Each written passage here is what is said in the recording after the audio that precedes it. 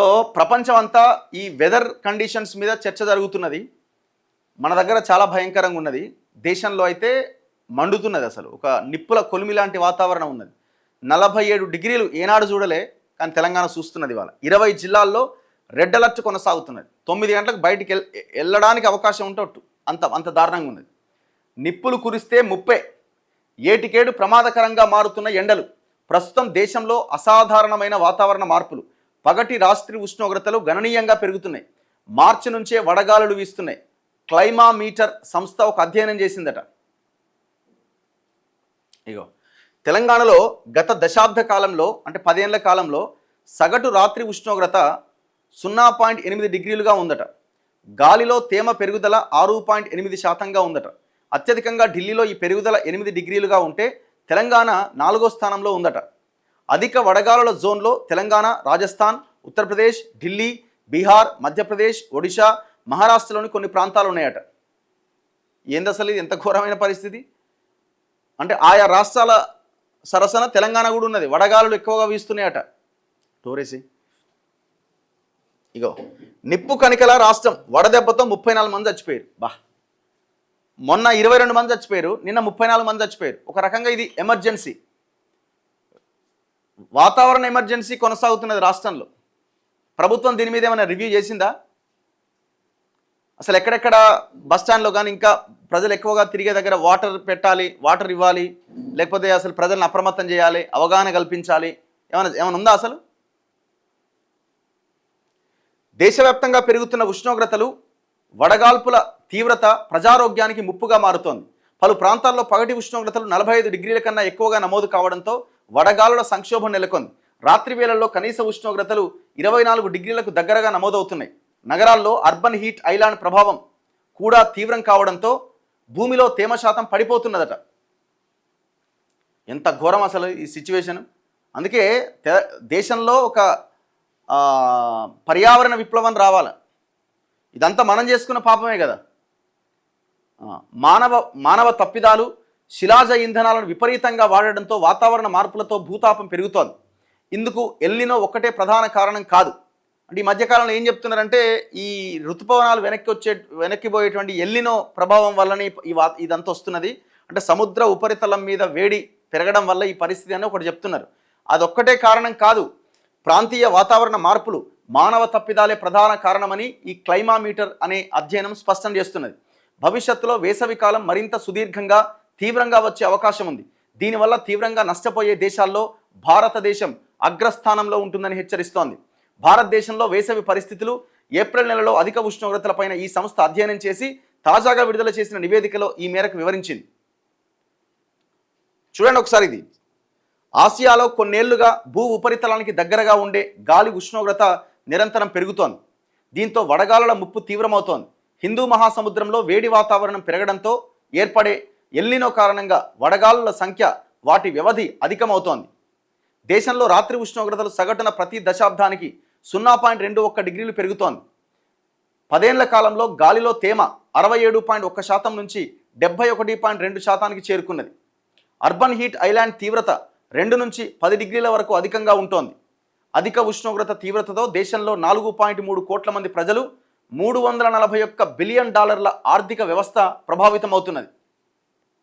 రాజస్థాన్, పంజాబ్, హర్యానా ఎడారి ప్రాంతాల నుంచి మధ్య భారతదేశానికి నిరంతరంగా వీస్తున్న వేడిగాలులతో ప్రస్తుతం తీవ్ర వాతావరణ పరిస్థితులు నెలకొన్నాయి. ప్రపంచ ఆరోగ్య సంస్థ నివాస ఆరోగ్య మార్గదర్శకాల ప్రకారం నిద్రపోతున్న సమయంలో గుండెపైన ఒత్తిడి పడకుండా, నరాల బలహీనతలు లేకుండా, ఉష్ణోగ్రత సంబంధ ఆరోగ్య సమస్యలు రావద్దంటే గది ఉష్ణోగ్రత 24 డిగ్రీల కన్నా ఎక్కువగా ఉండొద్దు. సో ఇప్పుడు గాలిలో తేమ శాతం ప్రకారంగా చూసుకుంటే అది 27 డిగ్రీల దాకా ఉంటున్నదట.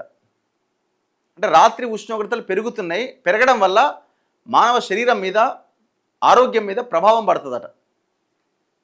గత ఏప్రిల్లో సాధారణంతో పోలిస్తే ఉష్ణోగ్రత 2 డిగ్రీలు అధికంగా ఉన్నది. ఈ ఏడాది మార్చి నెలాఖరు నుంచే ఉత్తరాదిలో తీవ్రంగా వడగాలుల ప్రభావం ప్రారంభమైంది. ఏప్రిల్ 24, 28 మధ్య ఉత్తరాది, మధ్య పశ్చిమ భారత్లో ఉష్ణోగ్రతలు 40 డిగ్రీలు దాటినాయి. తెలంగాణలో దాదాపు 20 జిల్లాల్లో ఈ 46-47 డిగ్రీల టెంపరేచర్ నమోదవుతుంది. ఎంత ఘోరంగా ఉన్నదో అర్థం చేసుకోండి. చూడండి ఇక దాదాపు వడదెబ్బతో 34 మంది చచ్చిపోయారు. చిన్న పాప చిన్నారి కీర్తన. రాష్ట్రంలో ఎండల తీవ్రత కారణంగా వివిధ ప్రాంతాల్లో 34 మంది చనిపోయారు. నిజామాబాద్ జిల్లా నవీపేట్ మండలం దర్యాపూర్లో రాజేశ్వర్, జగిత్యాల జిల్లా ఇబ్రహీంపట్నం మండలం వర్షకొండలో శ్రీనివాస్ తాపిమేస్త్రి, మోరపల్లిలో కర్నెల్ లచ్చయ్య 85 సంవత్సరాలు, ఇట్లా 54, 44, 27 ఏళ్ళు, 75, 53, 8 సంవత్సరాల పాప. ఇగో సంగారెడ్డి జిల్లా కంగ్డి మండలం నాగన్పల్లి గ్రామానికి చెందిన గైని సంజీవ్ కవిత దంపతుల కుమార్తె కీర్తన 8 ఏళ్ళు, ఆ పాప చనిపోయింది. ఇట్లా మొత్తం డీటెయిల్డ్ అఫీషియల్ డేటా ఇది. ఎంత ఘోరం ఇది అసలు. 34 మంది చనిపోవడం ఏంది అసలు రాష్ట్రంలో ఒక్క రోజులో. అసలు ఈ చరిత్రలో ఎప్పుడైనా జరిగిందా ఇట్లాంటి పరిస్థితి? ఇగో టెంపరేచర్ చూడండి ఒకసారి, అన్ని 46 డిగ్రీల పైన, అంటే ఆల్మోస్ట్ 47 డిగ్రీస్ దగ్గర ఉన్నాయి. ఆసిఫాబాద్ 46.5, జగిత్యాల 46.4, కరీంనగర్ 46.4, మంచిర్యాల్, నిజామాబాద్, పెద్దపల్లి, సిరిసిల్ల, సూర్యాపేట్ 46.4, హన్మకొండ, భూపాలపల్లి, ఖమ్మం, ములుగులో, నిర్మల్లో 46.3, మహబాద్, సిద్దిపేట, వరంగల్లో 46.2. ఆల్మోస్ట్ 20 జిల్లాల్లో టెంపరేచర్లు ఇవి. హైదరాబాద్లో కూడా ఆల్మోస్ట్ 43, 42, 43 ఉన్నది. అసలు విషయం ఏంటంటే జనరల్గా ఈ టెంపరేచర్స్ అనేవి ఫ్లక్చువేట్ అవుతుంటాయి. ఒకరోజు 45, 46కి వచ్చినా కూడా ఇమీడియట్గా నెక్స్ట్ డేకి మళ్ళీ తగ్గిపోతుంటాయి. కానీ ఈ కంటిన్యూగా ఒకే టెంపరేచర్ కొనసాగడం అనేది, ఇంకా పెరగడం అనేది ప్రమాదకరం.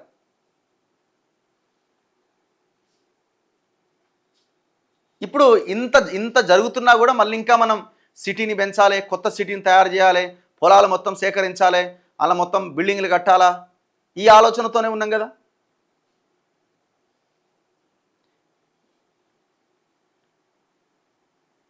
ఇగో రాష్ట్రంలో శనివారం 18 జిల్లాల్లో ఉగ్ర ఉష్ణోగ్రతలు నమోదయ్యే అవకాశం ఉందట. శనివారం అంటే ఇయాలనే. ఈ జిల్లాలకు రెడ్ అలర్ట్ అట. ఏ జిల్లాలు? ఆదిలాబాద్, ఆసిఫాబాద్, మంచిర్యాల్, నిర్మల్, నిజామాబాద్, జగిత్యాల్, రాజన్న సిరిసిల్ల, కరీంనగర్, పెద్దపల్లి, జయశంకర్ భూపాలపల్లి, ములుగు, భద్రాద్రి కొత్తగూడెం, ఖమ్మం, నల్గొండ, సూర్యాపేట్, మహబాద్, వరంగల్, హన్మకొండ జిల్లాల ప్రజలు అప్రమత్తంగా ఉండాలి. ఆదివారం 7 జిల్లాలు, సోమవారం 10 జిల్లాలు, మంగళవారం 7 జిల్లాల్లో వడగాలులు వీస్తాయట. ఐఎండీ హెచ్చరిస్తున్నది, చాలా జాగ్రత్తగా ఉండండి. పిల్లల్ని అస్సలు పొరపాటును కూడా బయటికి పంపకండి. ఆట లేదు, ఏం లేదు, ఇంట్లో కూర్చోబెట్టుర్రి. అవసరమైతే టీవీ పెట్టినా సరే, ఫోన్ ఇచ్చినా సరే, ఇక మన బయటికి పోయి సచ్చుడు కంటే లోపల కూర్చోడు ఏదో ఒకటి చేసుడు బెటర్ కదా.